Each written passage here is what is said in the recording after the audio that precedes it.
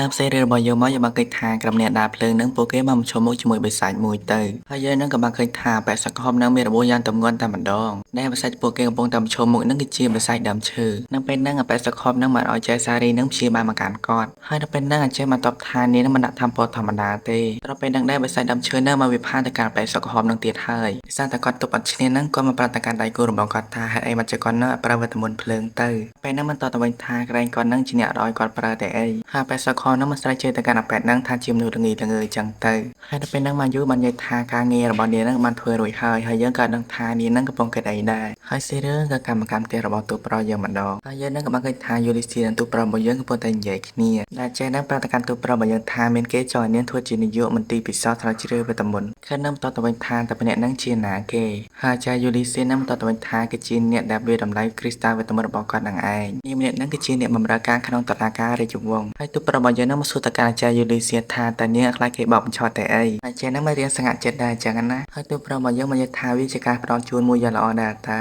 ប៉ុន្តែបង្វែរវាឲ្យគាត់បានអត់ហើយទូប្រុសរបស់យើងមកលើកក្នុងចិត្តថាគាត់នឹងមនុស្សស្មានថាគាត់នឹងកំពុងធ្វើការងារមួយក្នុងទូនទីខ្ពស់ទេហើយវាគឺជាផ្នែកមួយដែលសម្រាប់ត្រឡប់ក្រោយហើយទូប្រុសរបស់យើងមកនិយាយថាការងារបច្ចុប្បន្នហ្នឹងក៏ធ្វើនៅទីហ្នឹងទាំងអស់ហើយគាត់នឹងមកសួរទៅកាន់យូលីសៀថាតើគ្រីស្តាល់វេទមន្តដែលនាងមកយកទៅលក់ហ្នឹងវាមិនគ្រប់គ្រាន់ខាងការបងប្អូនទេហើយអាចារ្យហ្នឹងបន្តទៅវិញថាគ្រីស្តាល់ហ្នឹងគាត់នឹងបានលក់អស់ហើយប៉ុន្តែគាត់នឹងគឺមិនបានធ្វើវាខ្លួនឯងទេតែនាងទើបតែយកមានមួយដែលជាថ្លៃឈ្នួលរបស់នាងហ្នឹងទៅដោះស្រាយហើយនាងមិនដាក់ប្រាក់ក្នុងគណនីរបស់នាងហើយគាត់ឯងហ្នឹងគឺមិនចាំព្រួយបារម្ភរឿងហ្នឹងទេនៅពេលហ្នឹងយូលីសៀបានគិតថាបើសិនជានាងហ្នឹងយកផលខ្ពស់តែម្នាក់ឯងហ្នឹងនាងហ្នឹងនឹងតែមានកំហុសតែម្ដងហើយស្រាប់ពេលហ្នឹងដែរទុំប្រមយោហាទៅកាន់ចៅយូលីសៀទៅតែធ្វើឲ្យអាចារ្យហ្នឹងភ្ញាក់ហើយយូលីសៀហ្នឹងមិនយល់បន្លប់ថានាងចង់ជិះរ៉ែបន្តទៀតហើយទុំប្រមយោបានតបថាទៅរឿងហ្នឹងឲ្យគាត់ហើយទុំប្រមយោបាននិយាយថាគាត់នឹងមករកឃើញរឿងល្អមួយកាលពីម្សិលមិញនៅពេលហ្នឹងអាចារ្យយូលីសៀសួរទៅកាន់ទុំប្រមយោថាតែគាត់ហ្នឹងគឺបានដេកទេហើយទុំប្រមយោតទៅវិញថាគាត់ហ្នឹងគឺអត់អីទេគាត់ហ្នឹងគឺគេងម៉ោង6នៅពេលហ្នឹងយូលីសៀបានរាប់ដៃរបស់នាងទៅហើយនាងបាននិយាយថា5ម៉ោងដើម្បីកាប់ឈើ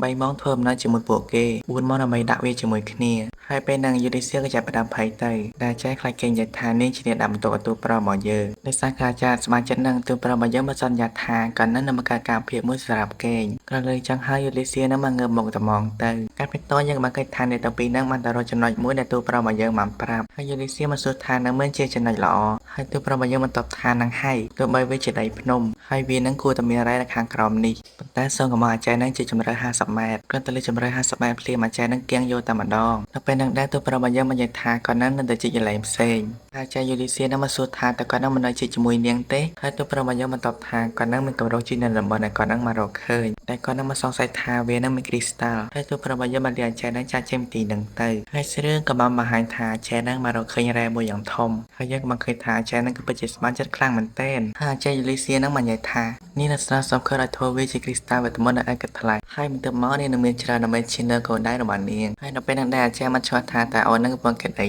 ទៅហើយនៅពេលហ្នឹងអាចារ្យបានបន្តនិយាយថាហើយនេះនឹងព្យាយាមប្រើក្មេងប្រុសនោះនៅឥតគិតថ្លៃហើយរឿងក៏បានកាន់នៅពេលអាចារ្យនឹងមុនតាដែរស្របពេលហ្នឹងដែរយូលីសៀបានគិតថាតើខិននឹងគិតអីអត់នាងក៏រំពឹងថាខិននឹងរវាបានច្រើនដែរហើយនៅពេលហ្នឹងយូលីសៀពងតែធ្វើដំណើរនាងនាងបានប្រទះឃើញនឹងរូបមួយហើយអាចារ្យនឹងបានដើរចូលក្នុងរូបហ្នឹងតែហ្មងទៅនៅពេលដែលពងធ្វើដំណើរហ្នឹងអាចារ្យក៏បាននិយាយថាវានឹងភ្លឺមែនទែនដែលវានឹងគឺមិនប្រាចង្គៀងទេដែលវានឹងគឺល្អខុសពីការរំពឹងទុកនៅពេលដែលយូលីសៀពងធ្វើដំណើរហ្នឹងនាងក៏បានឆ្លោះថាតើមើលរូបហ្នឹងធំប៉ុណ្ណាទៀតដែលមើលរូបហ្នឹងគឺធំជាងនាងមិនគិតទៀតហើយអាចារ្យក៏បាននិយាយថានឹងមិនជាឃើញដែលបាននិយាយនៅពេលហ្នឹងទូប្រុសរបស់យើងមកហាត់ទៅកាន់អាចារ្យយូលីសៀទៅដែលទូប្រុសរបស់យើងបាននិយាយថាគាត់នឹងគឺចង់មកអមមហើយអាចារ្យមកសួរទៅកាន់ទូប្រុសរបស់យើងថាតើមានរឿងអីកើតឡើងទៅនៅពេលហ្នឹងទូប្រុសរបស់យើងបាននិយាយសុំទោសទៅកាន់អាចារ្យទៅតែគាត់នឹងបាននិយាយថាថ្មដែលគាត់បានជីកហ្នឹងគឺសិតតែគ្មានប្រយោជន៍តែម្ដងហើយមានតែរបស់តូចតាចទេដែលវាជាបំលែងរ៉ែហើយយូលីសៀបន្តទៅគាត់វិញថានាងឃើ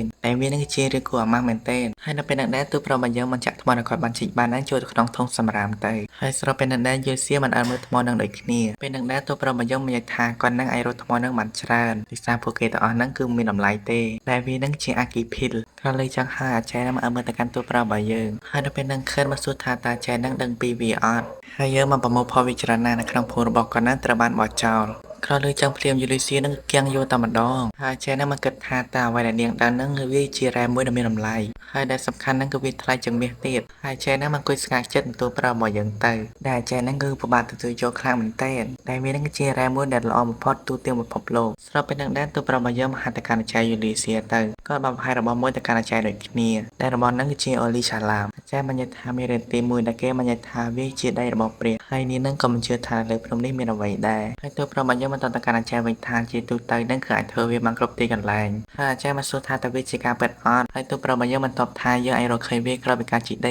7គីឡូម៉ែត្រហើយអាចារ្យមកសួរថាតើមានផ្លូវណាអាចត្រឡប់មកខាងលើវិញបានអត់ទូប្រើរបស់យើងបន្តទៅវិញថាមានតើហើយអាចារ្យមកនិយាយថាតើប៉ែតនឹងកំពុងតែគិតពីអីគេហើយអាចារ្យមកនិយាយថាតើមានវិធីណាដែលយើងនឹងអាចទៅក្បែរវាបានយ៉ាងឆាប់អត់ទូប្រើរបស់យើងមកនិយាយថាយើងនឹងមានគ្រោះថ្នាក់នៅពេលដែលយើងនៅកំពុងតែធ្វើការងារក្រោយលើបែបនឹងភ្លានធ្វើអាចារ្យនឹងគៀងទូប្រើរបស់យើងខ្លាំងមែនទែនហើយស្របពេលនឹងដែរយូលីសៀនឹងក៏បានអានមើលផ្លូវរូនឹងទៅតែថាផ្លូវនឹងគឺវែងខ្លាំងមែនទែនដែលវានឹងធ្លុះទៅដល់ម្ខាងទៀតនៅពេលនឹងដែរអាចារ្យបាននិយាយថាផ្លូវក្រោមដីនឹងមើលទៅងាយស្រួលទូប្ររបស់យើងបាននិយាយថាតើយើងនឹងអាចត្រឡប់ទៅវិញបានអត់អាចារ្យនឹងបានឲ្យទូប្ររបស់យើងឈប់ធ្វើការងារទៀតទៅហើយសេរីរឿងក៏បានកាន់តែពេលព្រឹកឡើងតែសេរីបានបង្ហាញថាទូប្ររបស់យើងកំពុងតែនិយាយតែពេលនឹងដែរបាននិយាយថាគាត់នឹងបានបញ្ចប់ការងារជីករ៉ែ2ថ្ងៃហើយពេលនឹងដែរគាត់នឹងកំពុងតែត្រឡប់ទៅសាម៉ាឡាវិញហើយសេរីក៏មកវែងទូប្ររបស់យើងវិញម្ដងនៅពេលដែលគាត់កំពុងតែដើរសោកនឹងស្រាប់តែពេលនឹងដែរមកយូរនឹងមកហាតកាន់គាត់ហើយនាងមកសួរតកាន់គាត់ថាតកាន់នឹងគឺមិនហើយទូប្ររបស់យើងឃើញចឹងហើយគាត់នឹងក៏បានរត់មករកនាងទៅគាត់មកសួរថាហើយមកជានាងនៅទីហ្នឹងទូប្ររបស់យើងមកសួរតកាន់នាងថាតើអ្នកផ្សេងទៀតគឺនៅជាមួយនាងទេ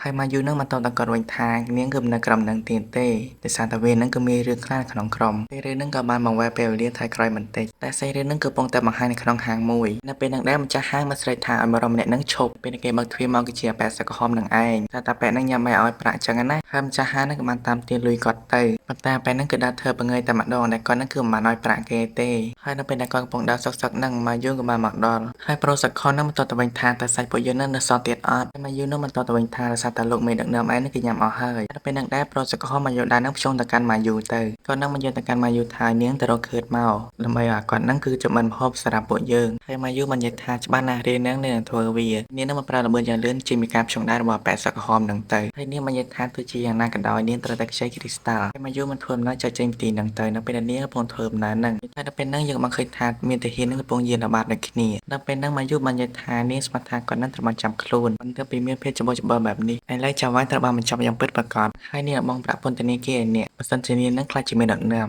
ហើយនាងនឹងមិនរត់ចាក់ចេញពីទីនឹងទៅដែលកន្លែងហ្នឹងក៏បានប្រាប់ថាមកយូរនឹងចង់ខ្លាចជាមេដឹកនាំក្រុមនេះអាដាតភ្លើងដែលថាមកយូរនឹងគឺមិនសូវល្អប្រហែលទេទីនេះនឹងក៏បានការបំពេឥឡូវវិញមកយូរបាននិយាយថាស្មានចិត្តផ្សេងទៀតនឹងត្រូវបានចេញអស់ហើយចំណែកនាងវិញក៏ត្រូវបានបណ្ដេញចេញផងដែរហើយទូប្រមកយូរនឹងក៏បាននិយាយថាគាត់នឹងគឺមិនជឿថានាងត្រូវបានបណ្ដេញចេញទេគាត់នឹងក៏ចង់ចូលក្រុមនឹងទៀតដែរហើយយើងនឹងក៏បានឃើញថាមកយូរនឹងមកធ្វើទឹកមុខរបស់នាងទៀតហើយនាងនឹងកំពុងគិតថាទូប្រមកយើងគឺជាអ្នកបម្រើដ៏ស្មោះត្រង់ចឹងណា